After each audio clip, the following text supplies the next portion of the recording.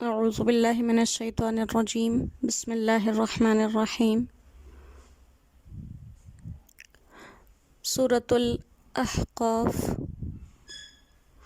پارہ نمبر 26، رکوع نمبر 2، آیت نمبر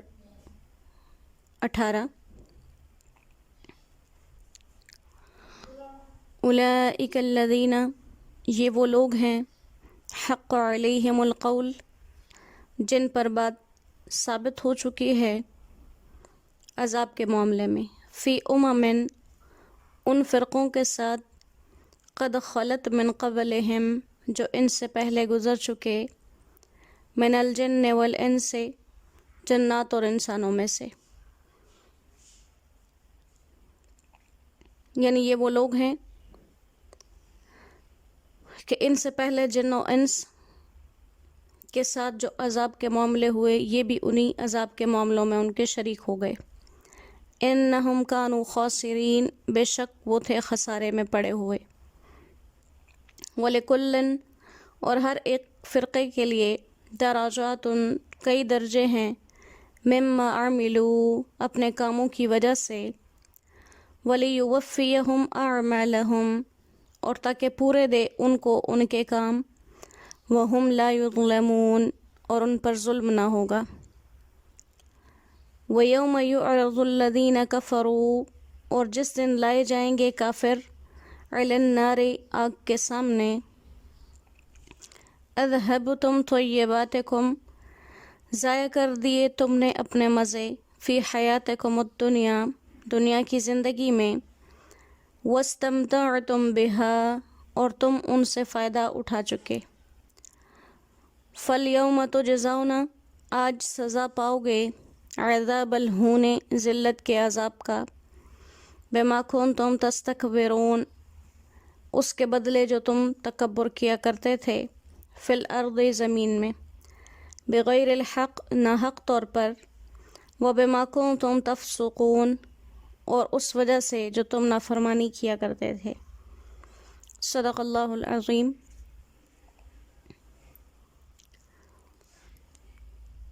سورہ احقاف میں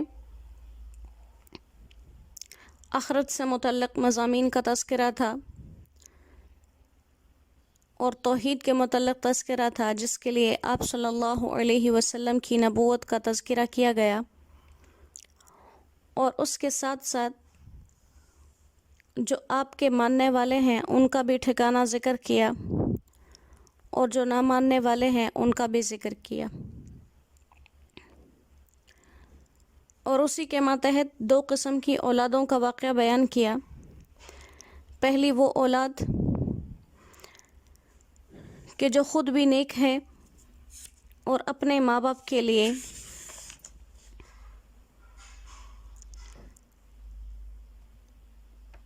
اپنے ماں باپ کے لیے، اپنی اولاد کی اصلاح کے لیے دعائیں مانگتی ہے، اور اپنے کاموں پر اچھے اعمال کے باوجود بھی نادم رہتی ہے کہ اللہ ان کو قبول فرمائے۔ تو ان کا اجر اللہ نے یہ ذکر کیا کہ یہ وہ لوگ ہیں جن کے نیک کاموں کو ہم قبول کرتے ہیں اور برائیوں کو معاف کر دیتے ہیں، اور یہ جنت کے رہنے والوں میں سے ہیں۔ دوسرا اس شخص کا تذکرہ کیا کہ جب اس کے والدین اس کو دین کی طرف بلاتے ہیں، اللہ کی طرف بلاتے ہیں، قرآن کی طرف بلاتے ہیں، تو وہ اپنے والدین سے کہتا ہے کہ میں تم لوگوں سے بیزار ہوں، کیونکہ تم مجھے ایک ایسی چیز کا ڈراوا دے رہے ہو جس کا ڈراوا پہلے بھی لوگوں کو دیا جا چکا، لیکن انجام ان کا بھی نہیں ہوا، میرا بھی نہیں ہوگا، مرنے کے بعد دوبارہ کوئی زندگی نہیں ہے، اور ماں باپ اس کو بھلائی کی طرف پکارتے رہتے ہیں، لیکن وہ یہی کہتا ہے کہ یہ محض قصے کہانیاں ہیں۔ تو آیت مبارکہ اولئک الذین حق علیہم القول میں ایسے لوگوں کا تذکرہ کیا جا رہا ہے کہ جو قیامت کو بھی جھٹلاتے ہیں اور مر کر دوبارہ زندہ ہونے پر ان کو یقین نہیں۔ اللہ فرماتے ہیں یہ وہ لوگ ہیں کہ ان پر عذاب کی بات ثابت اور حق ہو چکی ہے، اور ان کے معاملے میں بھی اللہ کا وعدہ عذاب پورا ہوگا، جیسے کہ ان سے پہلے بہت سے جن و انس گزر چکے ہیں، وہ بھی انکار کرتے رہے، ان کو بھی عذاب ہوا، تو یہ لوگ بھی انہی کے ساتھ اس عذاب اور خسارے میں شریک رہیں گے، یہ خسارہ اٹھانے والے لوگ ہیں۔ پھر کہا کہ یہ جو دونوں قسم کے فرقے ہیں، یعنی وہ لوگ جن کو اللہ نے جنتیں دی اور وہ لوگ جنہیں عذاب اور خسارہ ملا، ان دونوں قسم کے گروہوں کے لیے اپنے اعمال کے مطابق الگ الگ درجے ہیں۔ وَلِكُلٍّ دَرَجَاتٍ، ہر ایک کے لیے الگ الگ درجے ہیں، اور وہ درجے کس چیز کے مطابق ہیں؟ مِمَّا عَمِلُوا، اپنے اعمال کے حساب سے۔ اب جیسے بار بار کہا جاتا ہے کہ جنت میں جانا اعمال کی وجہ سے نہیں ہوگا، تو یہ بات ایک دفعہ پہلے بھی سبق میں گزر چکی ہے کہ اعمال سے جنت نہیں ملتی، اعمال سے جنت میں جانے کی صلاحیت ملتی ہے کہ کون اللہ کی کتنے ماننے والا ہے، اس حساب سے اس کی جنت کا ٹھکانہ جو ہے مقرر ہوتا ہے۔ تو اب یہاں پر بھی وہی بات کی جا رہی ہے کہ ہر ایک کے لیے الگ الگ درجے ہیں، کسی کو جنت کے مختلف درجات ملیں گے، کسی کو دوزخ میں مختلف درجات ملیں گے، اور یہ اس لیے ہے تاکہ کوئی انسان یہ نہ سمجھے کہ اس کے ساتھ کمی بیشی کی گئی، وَلِيُوَفِّيَهُمْ أَعْمَالَهُمْ، تاکہ اللہ ان کو اعمال ان کے پورے کر کے دے، جس طرح کے اعمال تھے اسی کے مطابق جزا ان کو پوری دی جائے۔ اعمال دینے کا مطلب ان کی جزا ہے۔ تو نیک لوگوں کے بارے میں تو جنت کو متعین کر کے ذکر کیا کہ ان لوگوں کے لیے ایسی جنتیں ہیں کہ جس کا وعدہ ان سے کیا جاتا تھا وہ ان کو مل گیا، اور دوسرے قسم کے لوگوں کے لیے صرف اتنا کہا کہ یہ وہ لوگ ہیں جو جہنم میں ڈالے جائیں گے۔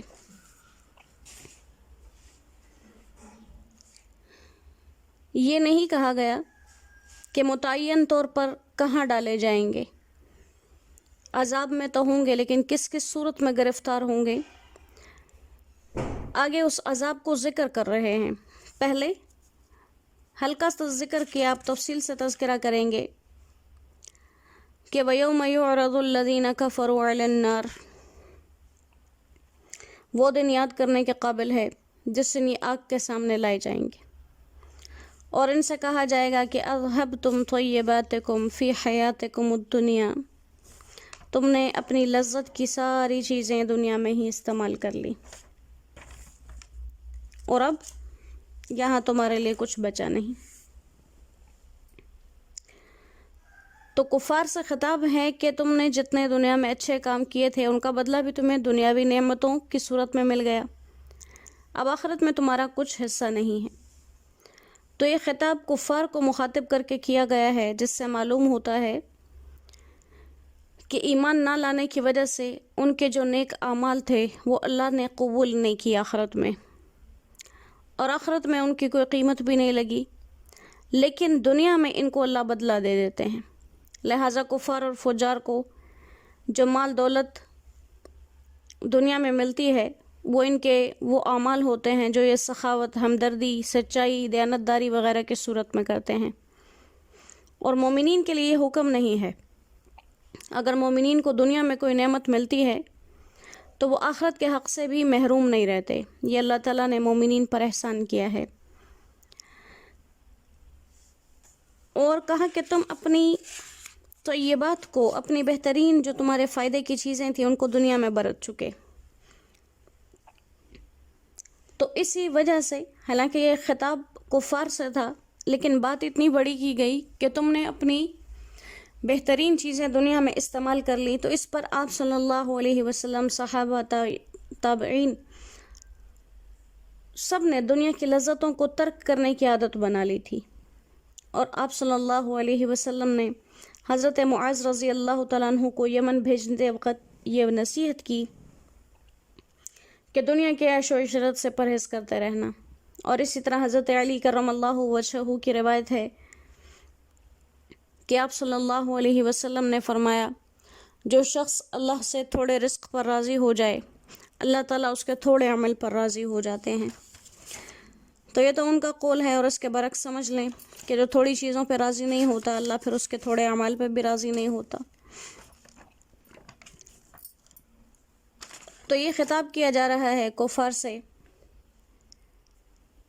کہ تم نے اپنی لذتیں دنیا میں تو حاصل کر لی اور اتنی ان کے حاصل کرنے میں